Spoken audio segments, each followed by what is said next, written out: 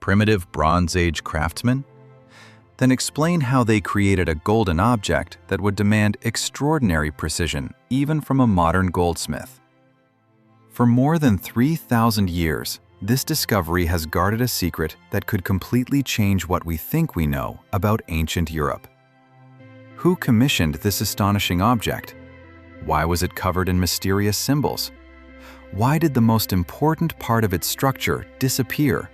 And what did researchers discover when they compared the French artifact with similar objects unearthed in Germany? A vessel used for ritual offerings? The top of a sacred staff? An ancient calendar? Or the crown of a mysterious ruler believed to stand between his people and the sun itself? Today, we will trace the extraordinary journey of this sensational discovery, from its accidental recovery in a vineyard to the restoration that finally revealed its true shape. We will examine the remarkable techniques of ancient goldsmiths, attempt to decipher its mysterious symbols, and discover why one oval opening in its base became the most important clue in the entire investigation. Stay with me until the end, because the evidence points to a possibility so unexpected that you may never look at the Bronze Age as an era of primitive people again. To understand why anyone would turn a sheet of precious gold into a giant cone, you have to abandon the comfortable fairy tale of the Bronze Age as an era of primitive huts and crude tools. Nothing could be further from the truth. Across Europe, skilled craftsmen were forging sharp blades, perfectly balanced axes, intricate vessels, twisted neck torques, ornamented belts, and objects of such fine workmanship that it's hard to believe today. All of it made without machines and without precise measuring instruments. The people who made these things were not stumbling toward civilization. They lived in organized societies where wealth, status, and a connection to the gods were displayed through metal. The Bronze Age took its name from bronze, but gold spoke louder. Bronze could become a weapon, an axe, a knife, a useful household tool. Gold served a different master entirely. It was rare, instantly recognizable, and almost useless for heavy daily work. And that was exactly where its power came from. A gold object told everyone around you that its owner had more than wealth.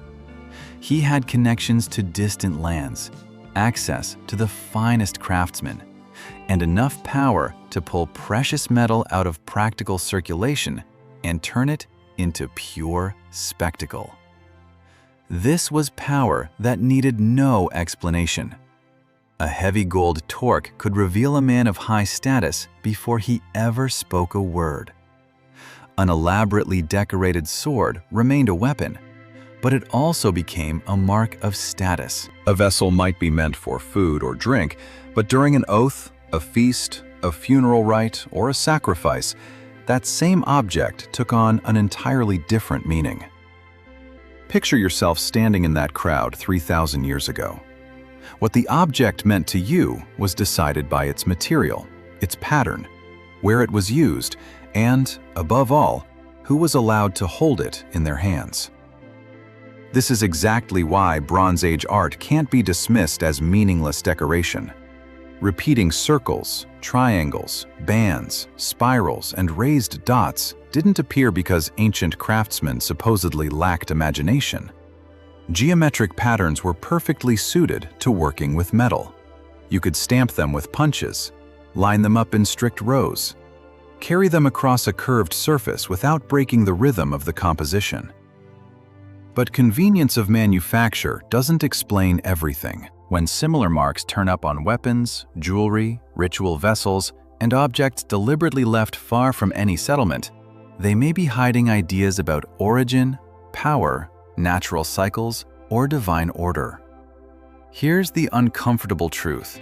The code behind these symbols is lost. A circle might evoke the sun, but not every circle proves a solar cult existed. A spiral might mean movement, time, or renewal, Or it might simply be a prestige pattern passed down from craftsman to craftsman for its own sake. Modern researchers can compare ornaments, study the technology, and plot find spots on a map. What they cannot do is interrogate the craftsman who struck these marks or the ruler who displayed them. Anyone who tells you every symbol has already been decoded is selling you a certainty archaeology simply doesn't have. And yet, the absence of a written explanation doesn't make ancient objects mute. Material, craftsmanship, and the circumstances of discovery all speak for them. Gold found in a grave tells one story. Gold deliberately dropped into a river, a bog, or a lone pit far from any settlement may tell a very different one. Signs of repair point to long use. A deliberately damaged object might have been a sacrifice, a mark of political power, or a thing that had to be permanently removed from the world of the living after a ritual. Even damage can turn into evidence. Against this backdrop, the Avanton Cone starts to look less like the strange whim of an ancient jeweler and more like a carefully staged public statement. Its enormous height, fragile walls, and dense geometric ornament made it useless for ordinary work. It was made to be seen. Whoever commissioned it wanted gold to dominate the ceremony, catch the sunlight, and instantly set one person, or one sacred object, apart from everything around it. So what exactly was this golden structure announcing? A ruler's power? The presence of a priest? Was it crowning a sacred staff? Or turning a ritual vessel into a blazing image of the sun itself? The Avanton Cone doesn't just showcase the astonishing capabilities of ancient craftsmen. It raises a far more dangerous question. Who held enough power to commission this kind of work? And what did people see when the gold flashed before their eyes? French soil has handed archaeologists Bronze Age gold before. In graves, hoards, and chance caches, they've found bracelets, earrings, neck torques, belt fittings, and thin-walled vessels. Some pieces were worn on the body, others displayed during ceremonies, others deliberately hidden or left in the earth. Some finds survived nearly intact. From others, only crushed fragments remain. But among all that wealth, nothing has ever matched the strange form of the find from Avanton. This is where the real mystery begins. France is rich in Bronze Age monuments, and yet the Avanton Cone remains the only gold object of its type ever found on French soil. Not one of dozens. Not even one of a handful. The only one. For archaeology, that's a fundamental difference.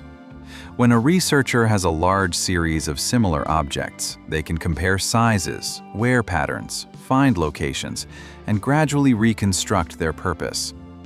A solitary object, on the other hand, almost always becomes a trap for overconfident explanations.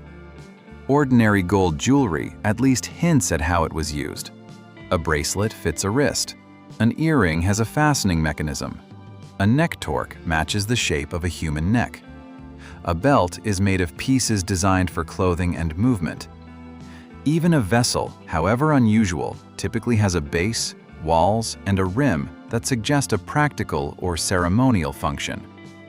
The Avanton Cone broke that intuitive logic. Its elongated shape looked far too impractical for everyday use, and far too meticulously decorated to be accidental. You might decide this was one craftsman's whim, or the commission of one unusually wealthy owner. But that theory collapses the moment you look beyond France's borders. Germany has produced 3 similar gold cones at Schifferstadt, Ezelsdorf-Buch, and Berlin. Together with the French find, they form a tiny group of 4 known objects scattered across a large stretch of Europe. So the Avanton Cone wasn't a random flight of fancy. Behind its shape stood a tradition, known across multiple regions, that left behind astonishingly little physical evidence. And this is where rarity stops being cause for wonder and becomes a serious problem. Why did only 4 such objects survive? Were only a handful ever made for a narrow circle of rulers or priests? Were the rest melted down, looted, or are they still buried somewhere? Or were these cones never a mass-produced category at all, but objects made only for exceptional ceremonies that happened once a generation? Every one of these scenarios points to extraordinarily high status, and as you'll soon see, the facts support exactly one of them. Gold almost never decays with time, but it disappears very easily at human hands. A victor could melt down a defeated rival's regalia. Heirs could turn an ancient sacred object into jewelry or coin. A looter saw not a memory of the past, but the weight of precious metal. So the absence of other French cones doesn't prove Avanton was the only place this tradition existed. It only proves how astonishingly rare it is for such an object to survive to be seen thousands of years later. The cone's uniqueness raises the stakes on every single detail. A crushed edge, a lost base, a row of raised circles, a barely visible tool mark. None of it can be checked against dozens of French parallels. Any mistake by a restorer, any hasty guess by a researcher could change the entire picture. What you're looking at isn't just another gold object in a museum case. It's the sole French witness to a vanished tradition, and its makers left behind not a single written explanation. Bracelets, earrings, torques, and vessels show how skillfully Bronze Age craftsmen worked gold. The Avanton Cone asks a far more dangerous question. Why did they create a shape with almost no parallel? If it was a mark of power, who was allowed to wear it? If it was a sacred object, why did the tradition disappear? And if you're looking at the one surviving fragment of a much larger system, how many other golden symbols like it were melted down for good, long before archaeology ever existed? But rarity is only half the mystery. Just as important, how did gold objects like this end up in the ground in the first place? Modern minds default to thinking of a hoard as someone's lost property, or a stash hidden away for better times.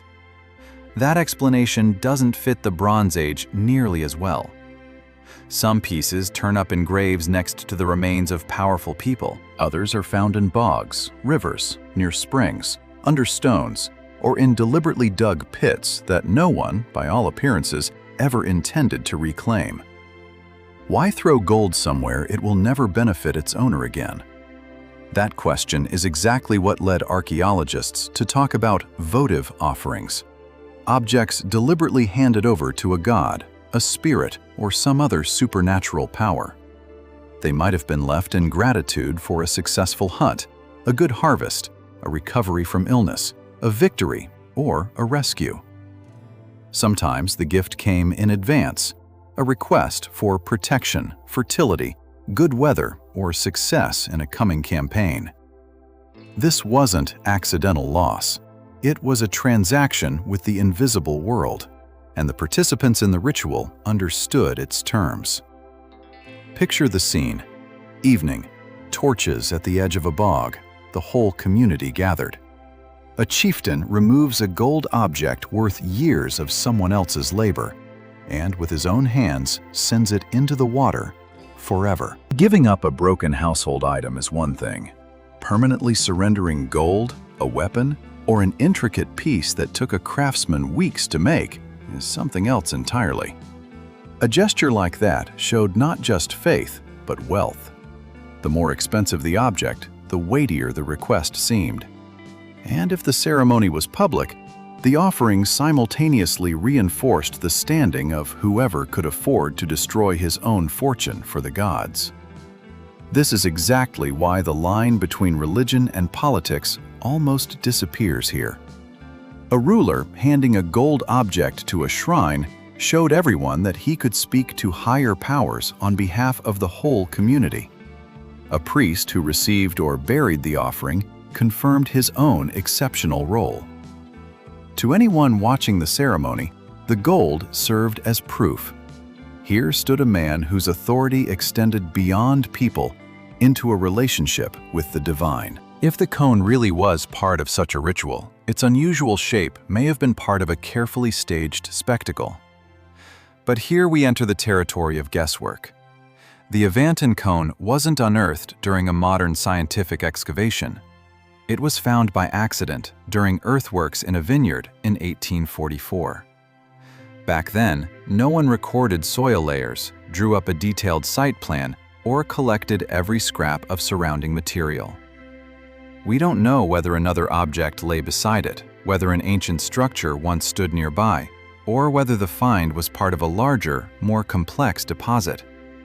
A huge amount of context vanished the moment a shovel first touched the crumpled gold. That's exactly why we can't confidently call the cone a grave offering. There's no reliable evidence it ever lay in a tomb. But it's just as risky to call it a proven offering to a god without a single caveat. The object could have been hidden in a moment of danger, lost, deliberately stashed, removed from a ceremonial staff, or buried alongside a person whose grave left no visible trace. Every version is possible, but none is backed by a complete archaeological context. Even so, the ritual hypothesis can't be dismissed. The cone is made of precious material, has an unusual shape, and is covered in repeating geometric marks. It clearly demanded enormous effort and doesn't resemble anything meant for everyday use.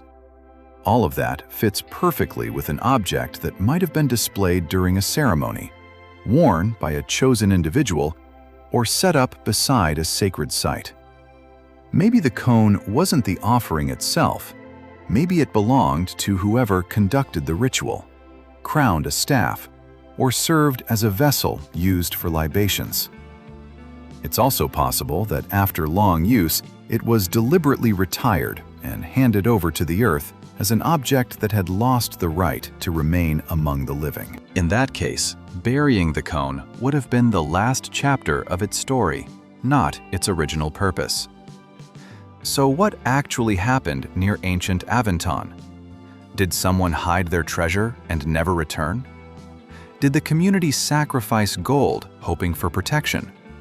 Or was a person of extraordinary power committed to the earth along with the cone?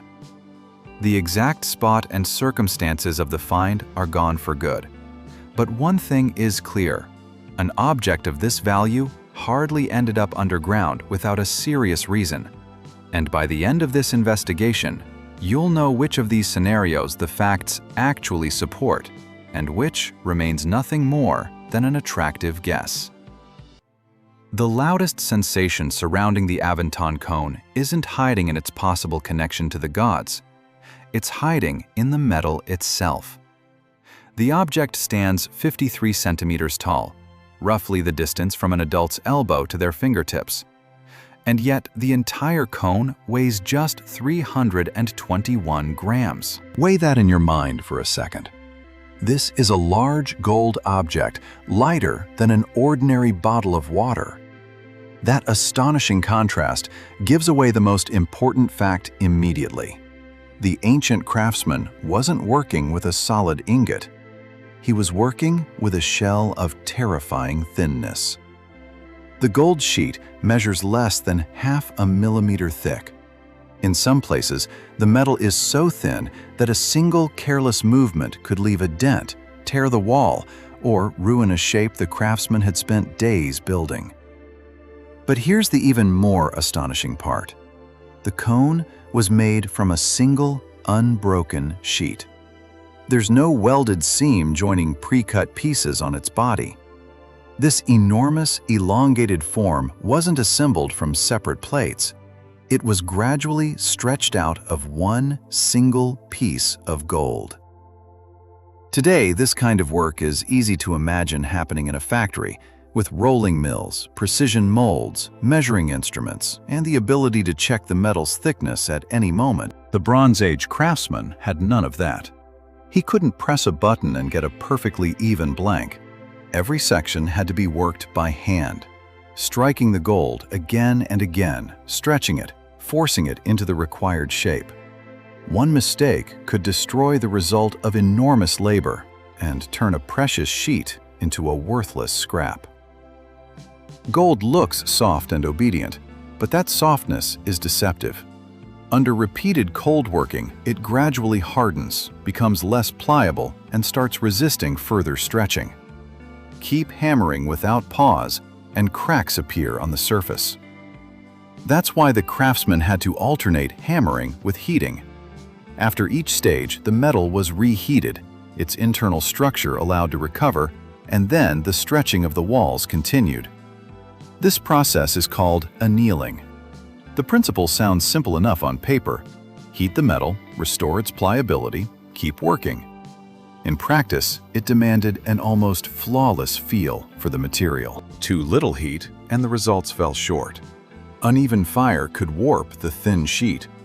Too heavy a strike left a deep dent, and a strike on an already thinned section risked tearing straight through. There were no thermometers, no sensors. The craftsman judged temperature, the state of the gold, and the force of every movement by color, by sound, by feel, and by experience alone. The shape of the cone made the task even harder. This wasn't just about producing a thin sheet.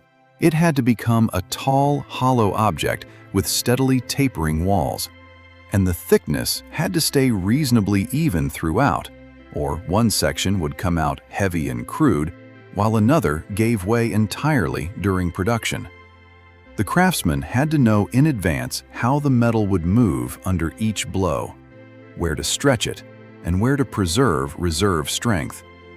He was working almost blind, relying on knowledge you simply can't see in the finished object. This is exactly where the myth of the primitive Bronze Age craftsman falls apart.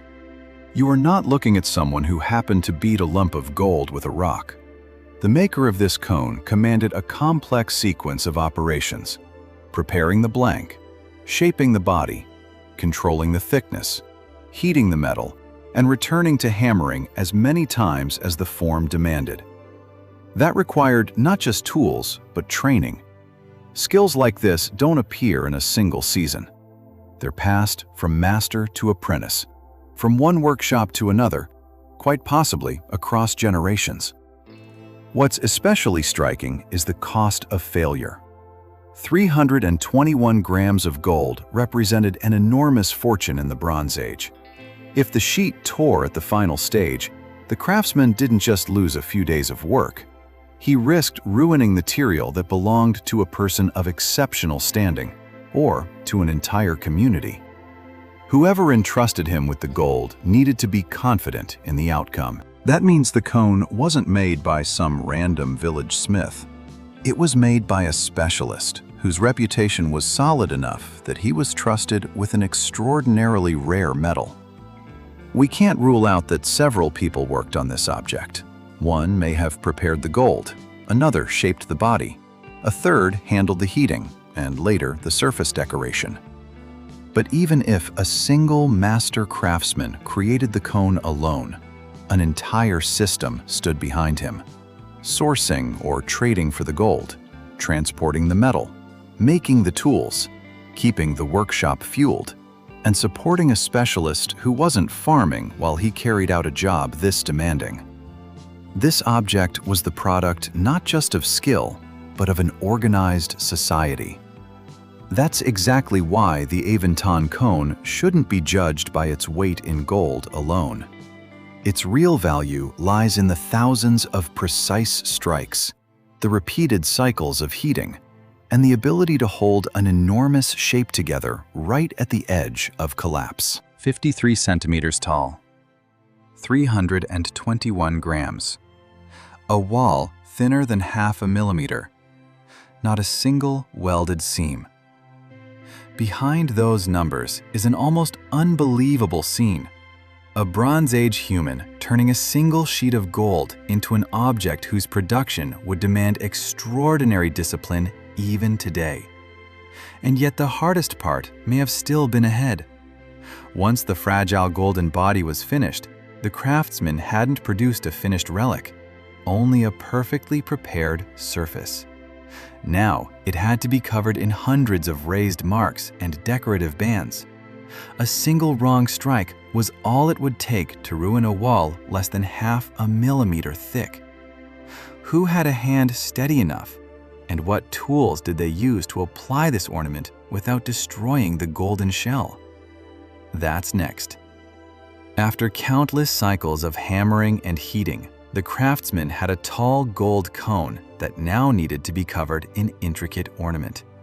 There was almost no room for error left on the surface, And yet the ancient goldsmith took the risk.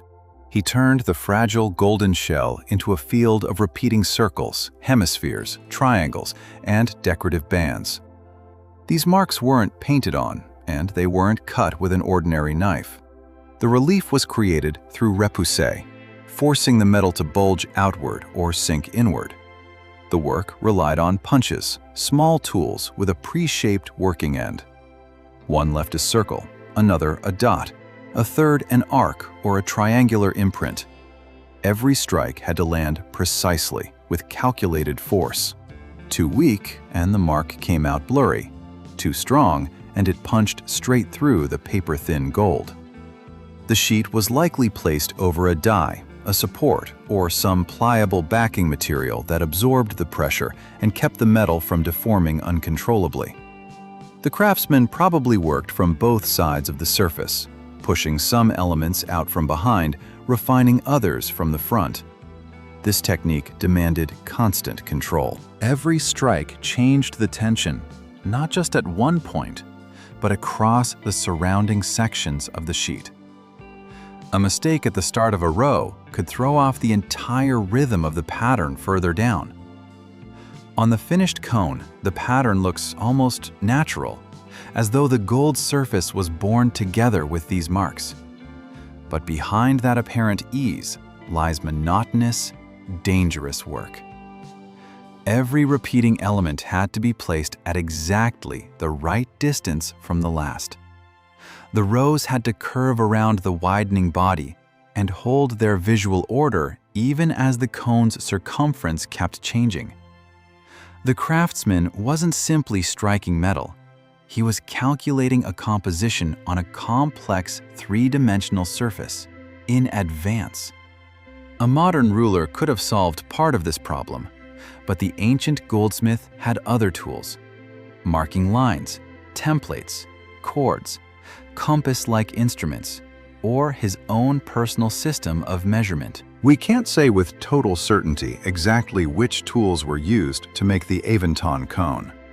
But the regularity of the pattern speaks for itself. This ornament wasn't applied on impulse.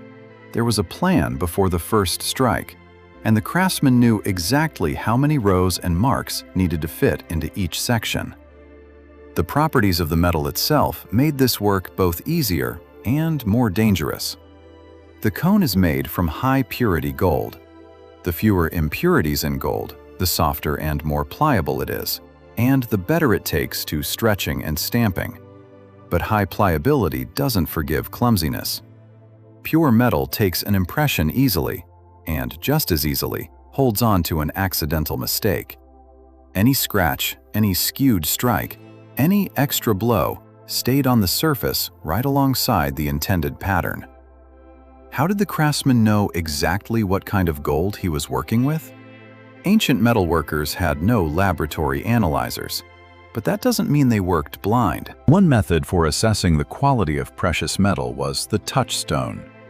A gold object or a small sample was drawn across a dark, fine-grained surface, leaving a bright metallic streak, whose color and character could be compared against streaks from samples of known composition. This wasn't a test that spat out a number on a screen, and it didn't replace modern chemical analysis. It demanded practical experience and a set of reference samples. The more silver, copper, or other impurities in the gold, the more noticeably the shade, brightness, and behavior of the streak could shift. A skilled craftsman could see differences invisible to anyone else. To him, the touchstone wasn't a crude toy. It was a working instrument, grounded in observation and comparison. Archaeologists really have found touchstones at Bronze Age settlements and workshops. That's important evidence. People of this era knew how to assess precious metals and tell one alloy from another. They didn't simply admire anything that glittered. They understood gold could vary, and they could check it before starting a complex piece of work, a trade, or a meltdown.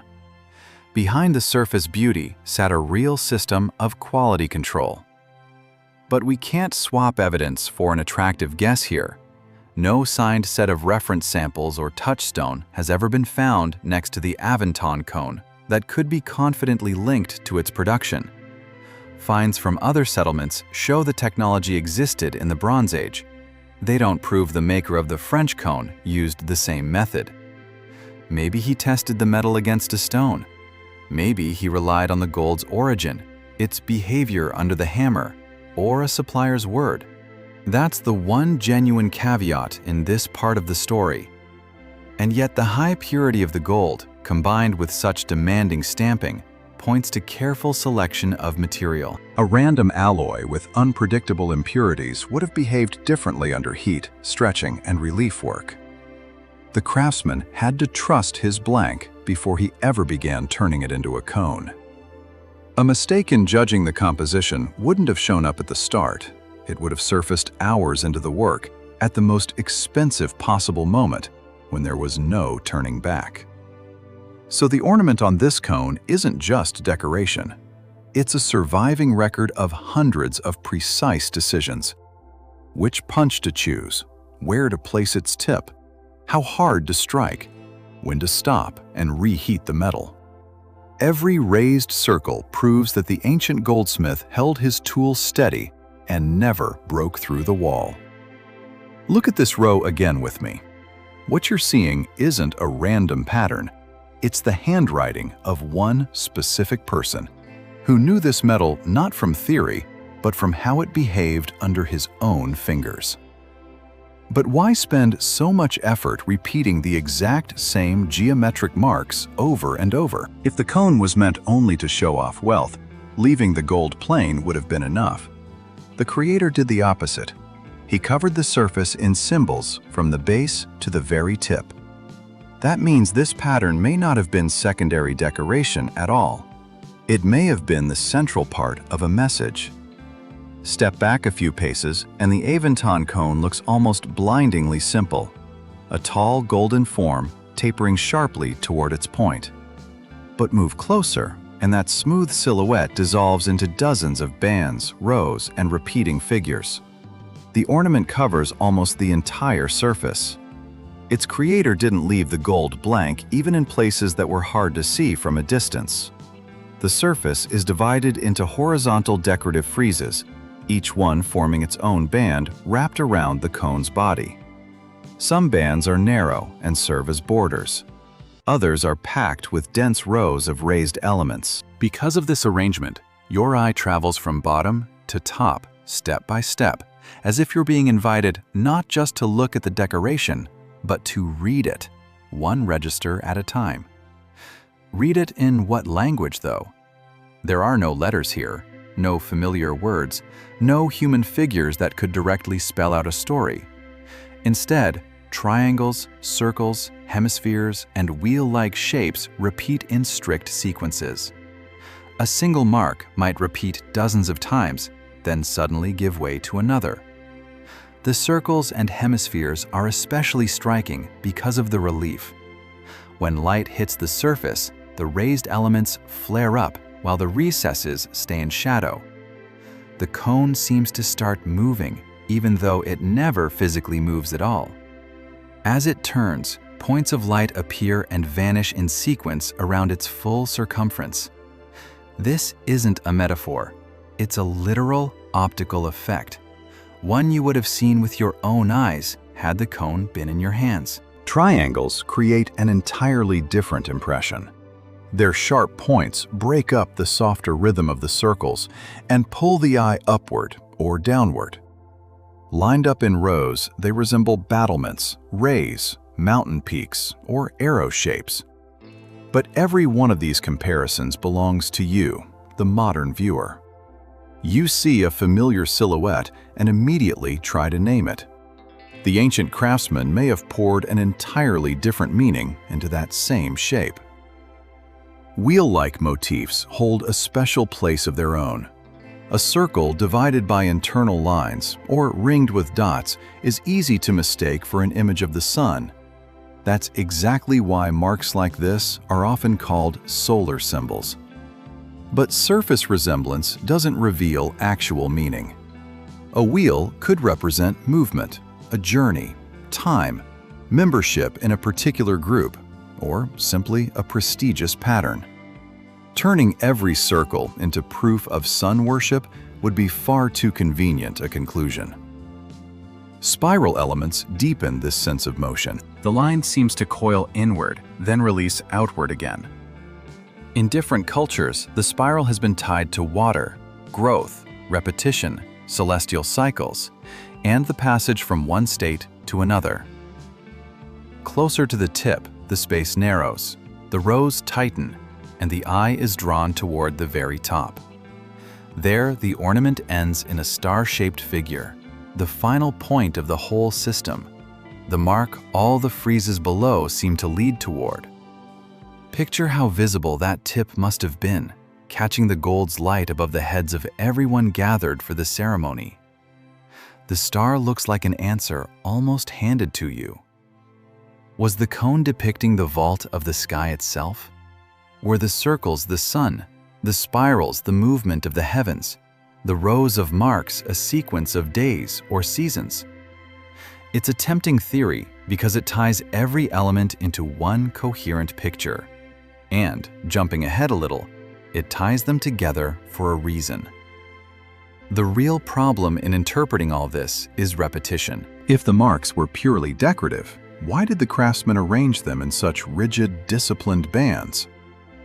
If this is an information system, why do certain elements repeat so often? Maybe repetition marked a number, a duration, or a stage of a ritual.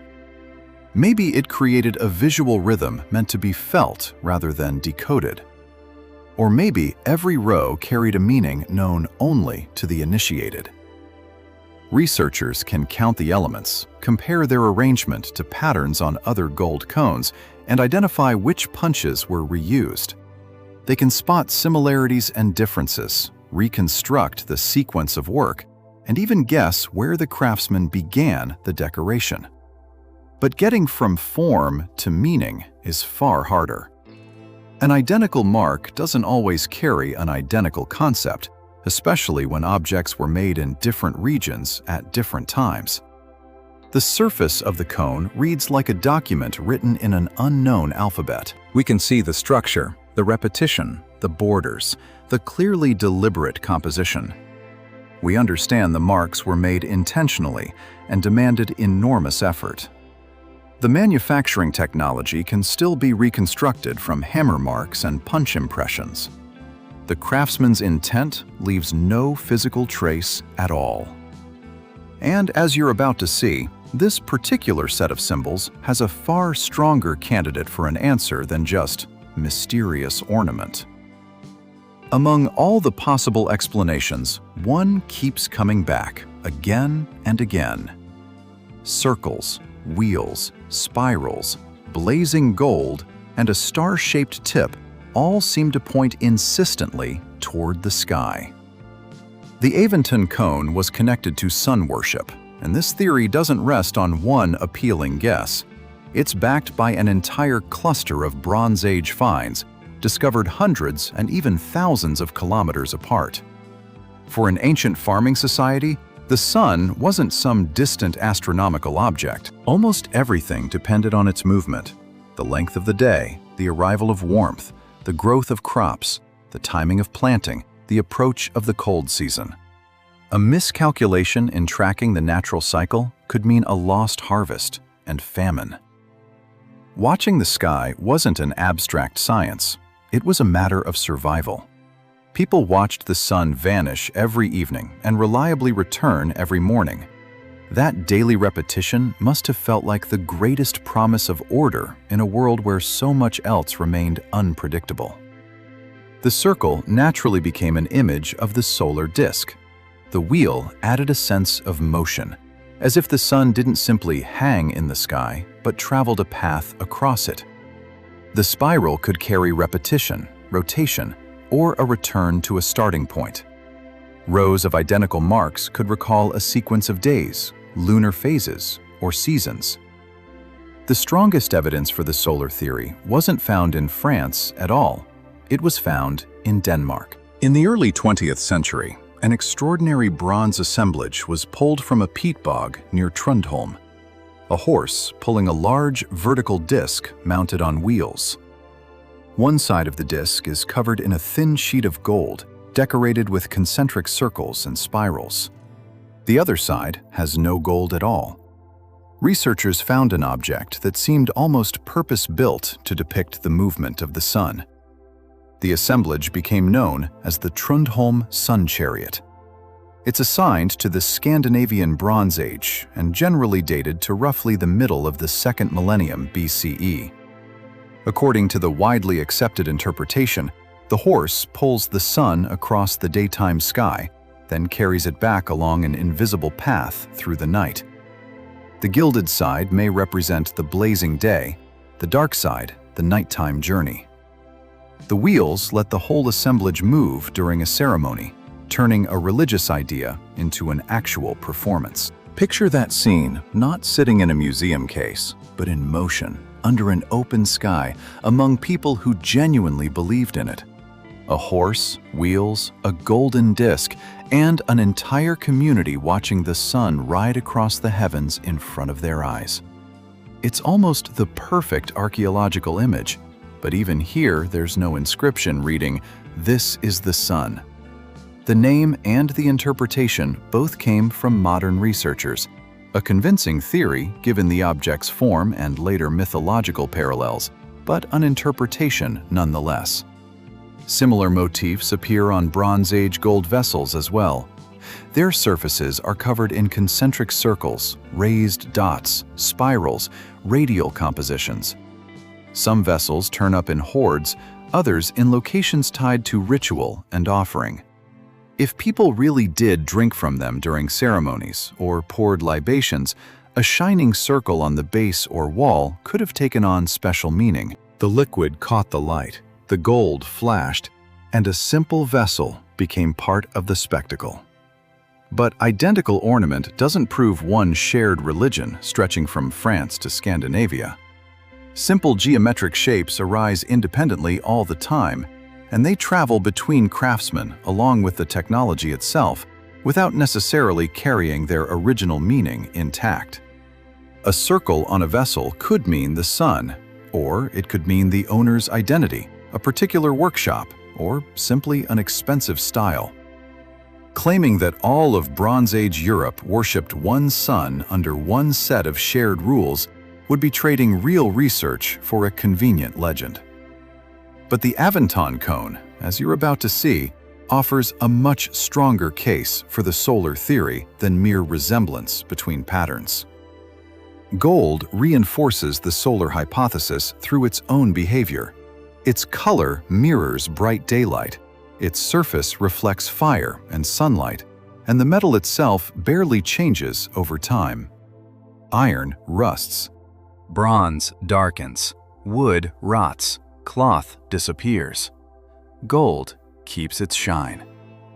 To people who watched nature constantly renew and decay around them, a material like that could easily have seemed like the sun's earthly counterpart, eternal, indestructible.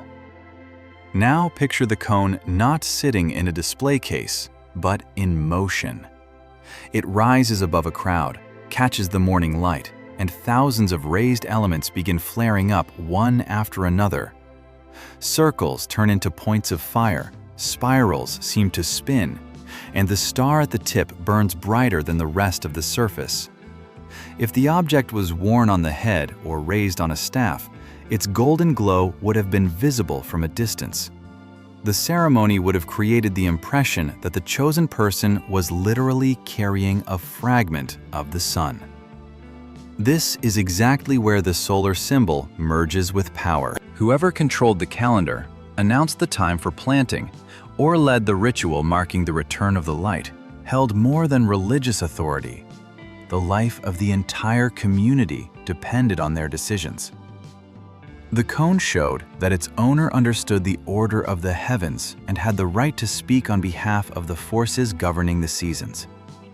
Some researchers go even further and see the rows of marks as a calendrical system, trying to group the repeating elements into numerical clusters matched against a solar or lunar year.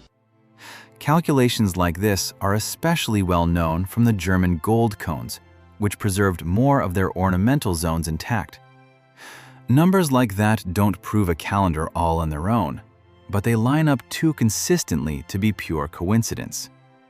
The Avanton Cone's connection to the sun is the strongest theory in this entire investigation. In its favor, the gold, the circular motifs, the wheel imagery, the wide European parallels, and its direct resemblance to the Trundholm sun chariot.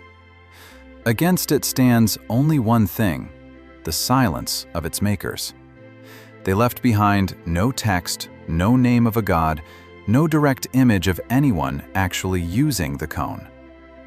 Archaeologists can see the traces of a system, but they don't yet hold the key to its language. Perhaps what you're looking at is the headdress of a sun priest.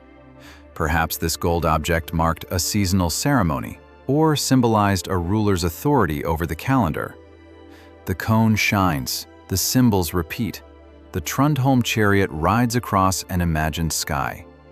And, as you'll see, this very picture is about to get its final confirmation. Just not where people usually go looking for it, in a far more unexpected detail waiting ahead.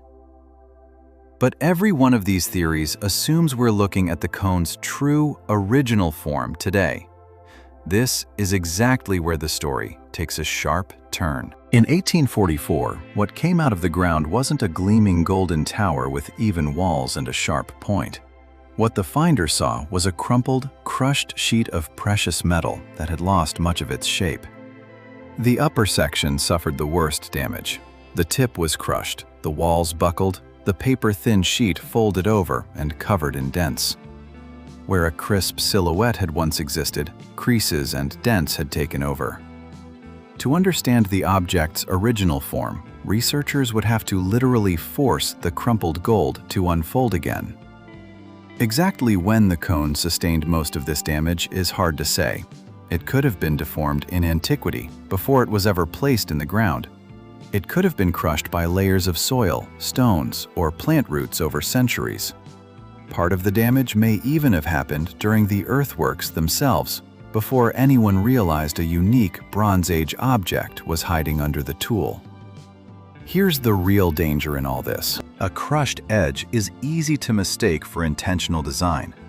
A missing detail can look like a detail that never existed at all. An odd fold can turn into evidence of fastening or ritual use.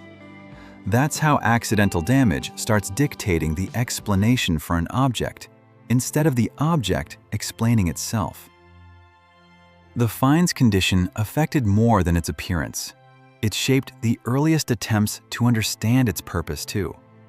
A tall headdress, a ritual vessel, and a staff finial all require completely different construction. But on a crumpled sheet of gold, proportions are distorted, edges shifted, and important details can look like nothing more than random folds. As long as the object remained deformed, every theory was built on an incomplete picture. Fixing this required restoration, and working with this kind of material carried its own risk. Gold is pliable, but after thousands of years in the ground, you can't just pull the edges back into place. Every movement affected the surrounding sections. Too much pressure could smooth away genuine traces of the original craftsmanship, or create a new shape the ancient maker never intended.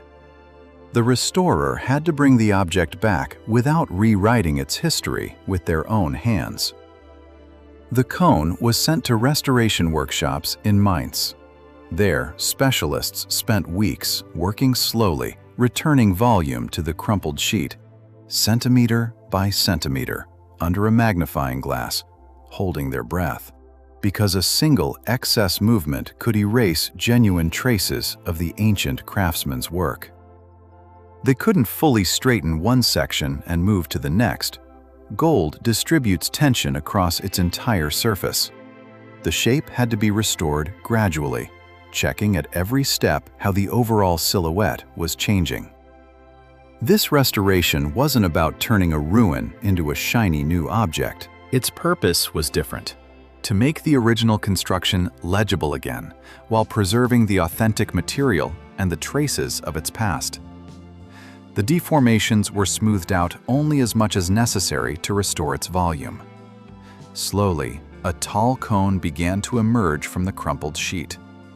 The rows of ornament fell back into their bands, and the surface regained its gentle taper.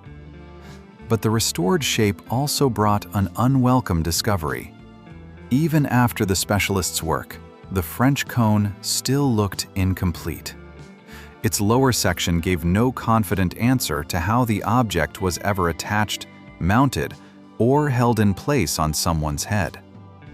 A critical structural element may have been lost before it was ever discovered. Here lies the central paradox of this find. The cone survived well enough to demonstrate its maker's extraordinary skill, but too poorly to reveal its own purpose. Restoration returned its shape, but not the information that had gone missing along with it. The answer had to be sought outside of France, where similar objects had survived thousands of years in far better condition. The key to the French cone's lost appearance wasn't found in an archive, and it wasn't found under a microscope. It was sitting on other gold objects discovered east of Avanton. Germany had already produced 3 tall cones closely related to the French find in shape, technology, and the character of their ornament. They survived in much better condition, and they revealed exactly what restoration couldn't give back. The original construction didn't end in a narrow, crumpled edge. At the bottom sat a wide element, something between a collar, a hat brim, and a ceremonial crown. The first major parallel was found in 1835 near Schifferstadt in what is now Rhineland-Palatinate. The Schifferstadt cone is shorter than the French one, but it preserves one critically important feature. Its base flares outward. The golden body doesn't just end abruptly. It transitions into a shaped rim that was clearly part of the original design. A second cone was found at Ezelsdorf-Buch in Bavaria. It's considerably taller, densely covered in relief marks, and it also has a flared lower section. A third German example is known today as the Berlin gold hat. In construction, it belongs to the same exceedingly rare group: a tall, hollow body, complex horizontal ornamental zones, and a wide base. The 3 German objects aren't exact copies of each other. They differ in height, proportions, the number of decorative bands, and individual motifs. What you're looking at isn't a batch of identical objects stamped from one mold. It's variations on a stable tradition, with different craftsmen following a shared principle while adapting it to their own time, region, or patron. When the French cone was finally set side by side with these 3 objects, the damage became obvious immediately. The bottom of the Avanton cone looked too narrow, too unfinished. Exactly where the German examples began to flare outward, the French find simply broke off. The restorers hadn't made a mistake giving it a conical shape. The error was already sitting in the surviving material itself. A significant portion of the base had been lost long before the object ever reached modern specialists. What did that missing piece likely look like? Almost certainly, the body transitioned into a flared collar or brim surrounding the lower edge, possibly with an oval opening inside. The German finds prove the construction principle itself. The Avanton cone was never simply a long tube tapering upward. Its base held a functionally important flare. This one detail sharply redirects the entire investigation. If this object had been a vessel, wide flanges around an opening would look strange and require their own explanation. If the cone had been mounted on a staff, the flare might have helped with attachment, but its large diameter seems excessive for an ordinary finial. But a tall body surrounded by a broad flared base starts to look suspiciously like a headdress. The German finds also gave researchers something else the French example almost entirely lacks: archaeological context. The Schifferstadt Cone was discovered together with 3 bronze axes, objects that can be compared against other finds whose chronology is far better understood. Based on the shape and type of those axes, archaeologists were able to roughly date when the entire deposit went into the ground. So gold that's difficult to date on its own gained a chronological anchor from the bronze buried beside it. The joint burial of the cone and the axes raises its own question.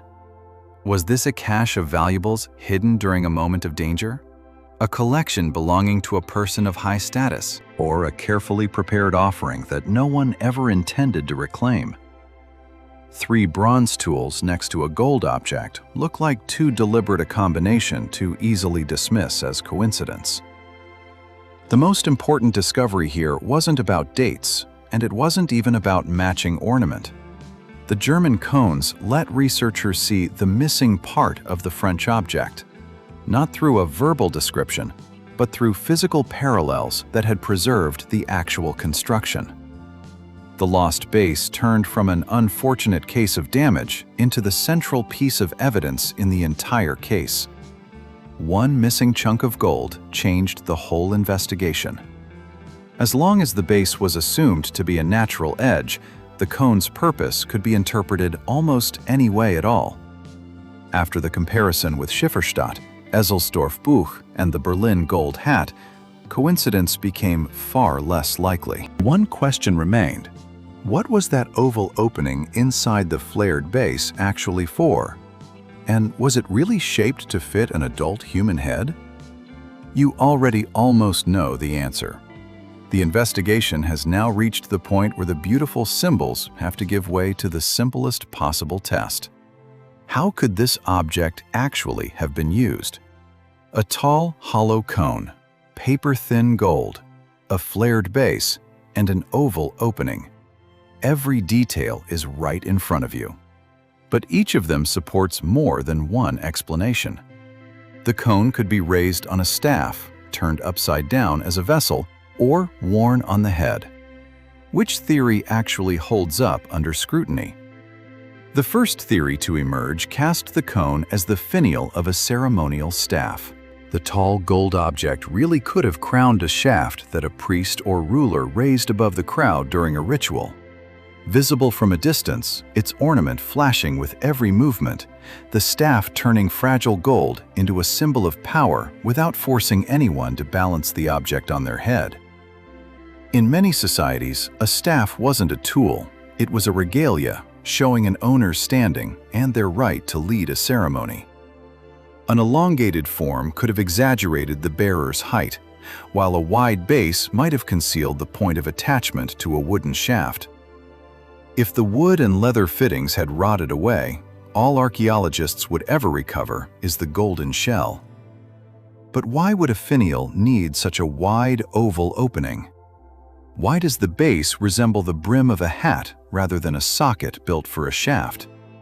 Where's the evidence of the sturdy attachment system that would have kept a tall, thin structure from wobbling with every movement? No direct proof of such a system has ever been found, and the theory falls apart exactly where it needs to be strongest. A second theory turns the cone into a ritual vessel for libations, pouring wine, water, or milk in honor of a god. The elongated shape would suit the drama of a ceremony, liquid streaming from an extraordinary golden object, the material itself underscoring the value of the offering. Afterward, the vessel could have been placed in the ground as a gift to higher powers. But a vessel needs to be filled, held, and emptied without destroying its walls. The Avanton cone weighs almost nothing and is made from a sheet thinner than 0.5 millimeter. It has no handle, no stable foot. Filled with liquid, it would carry a load many times heavier than the gold itself. You could argue it was held rather than set down, or braced inside some wooden fixture. But every added assumption makes the theory more complicated. The vessel theory collapses on the very first practical question: how would anyone have actually kept it filled? The third theory long seemed the boldest of all. This is a tall ceremonial headdress. Not a crown in some loose, figurative sense, but an object genuinely worn on a human head. After the comparison with the German cones, this idea stopped looking like fantasy. The flared bases preserve oval openings whose dimensions roughly match an adult human head. And that's not a coincidence. The shape of the opening is the key piece of evidence. A human head, viewed from above, isn't round. It's oval.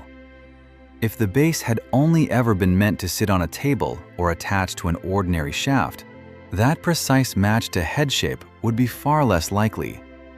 The wide edges would have rested around the head like the brim of a hat, with the tall body rising above the wearer.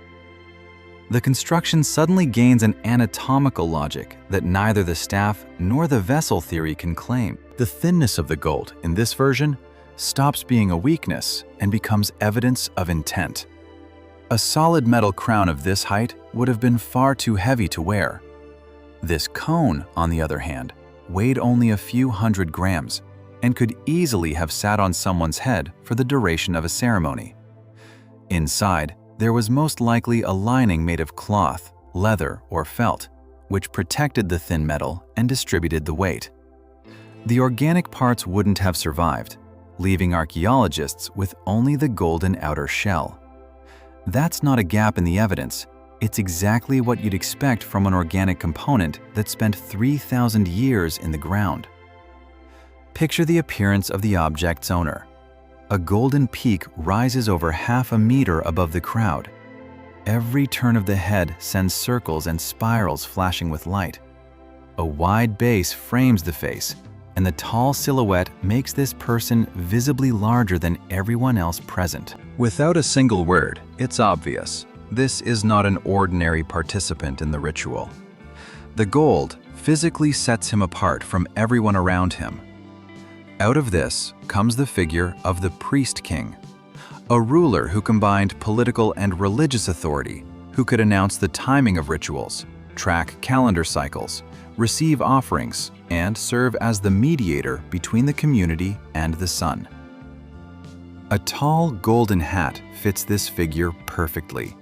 It turns its wearer into a living solar symbol, and it demonstrates the wealth of a society capable of commissioning work like this. The oval opening on the German cones tipped the balance of this entire investigation. Of the three theories, only one explains the shape of the opening: the light weight, the flared base, and the object's spectacular height all at once. The staff theory needs a lost attachment system that left no trace whatsoever. The vessel theory runs into an unsolvable problem of holding and filling. The headdress theory needs only a vanished organic lining, the disappearance of which is exactly what you'd expect from any object this old. The Avanton cone was a crown.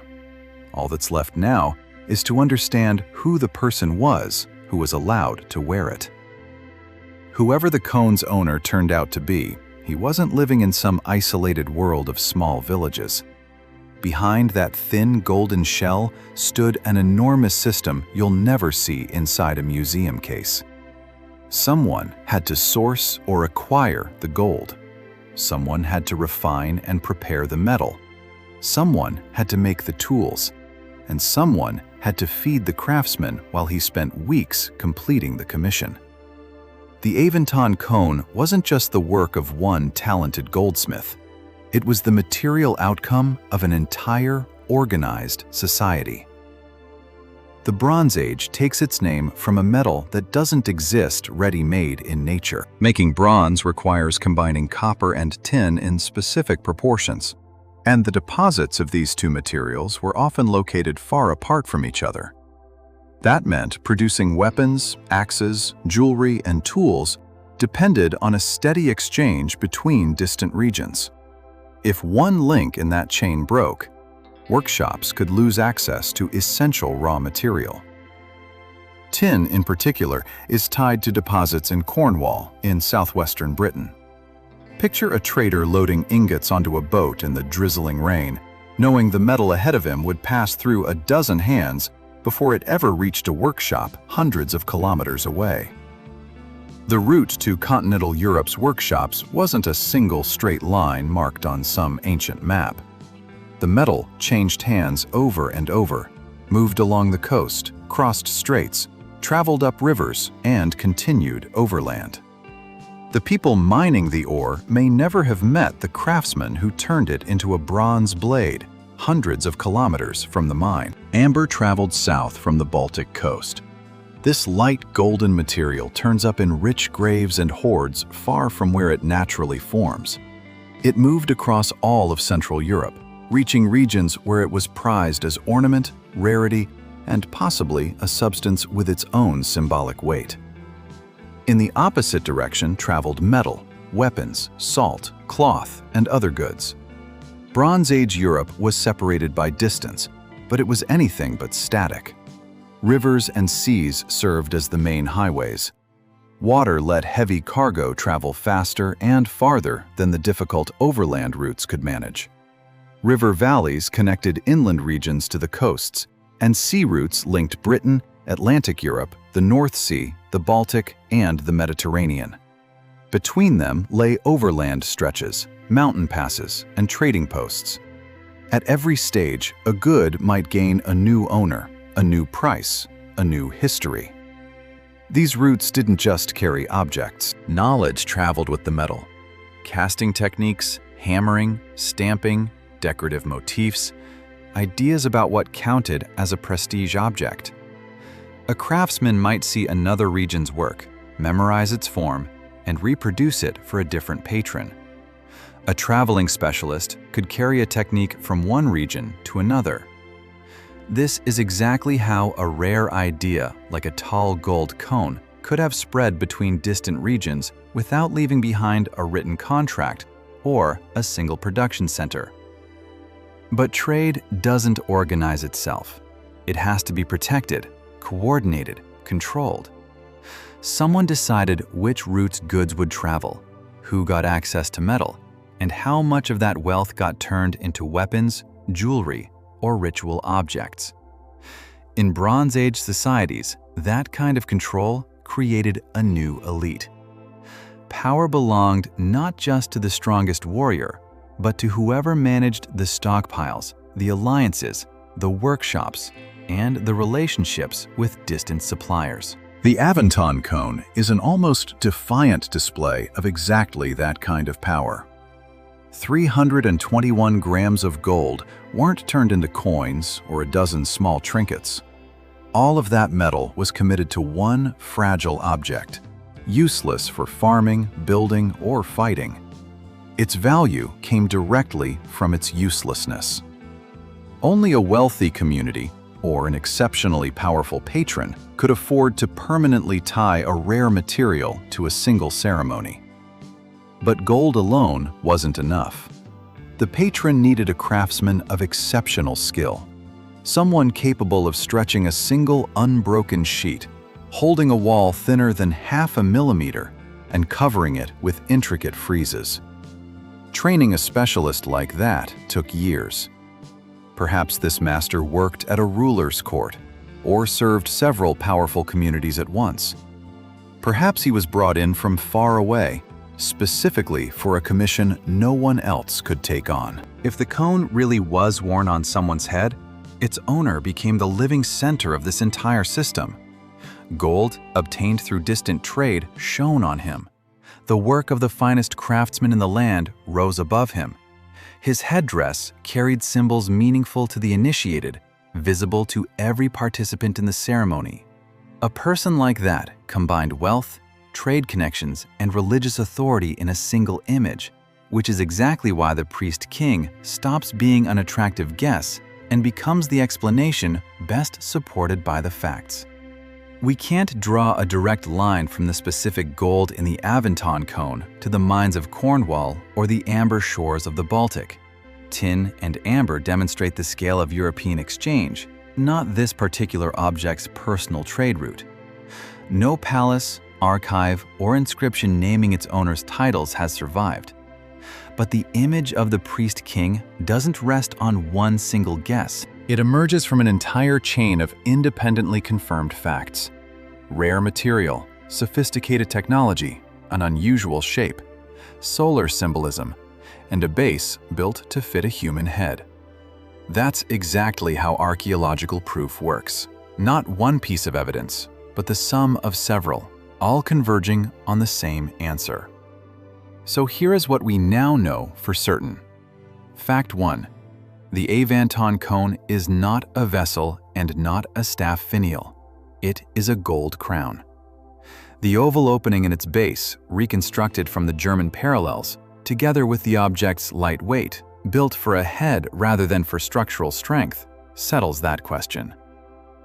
Fact 2. It was worn by someone who combined religious and political power. Someone who announced the start of the seasons and spoke on the sun's behalf before the entire community. Fact 3.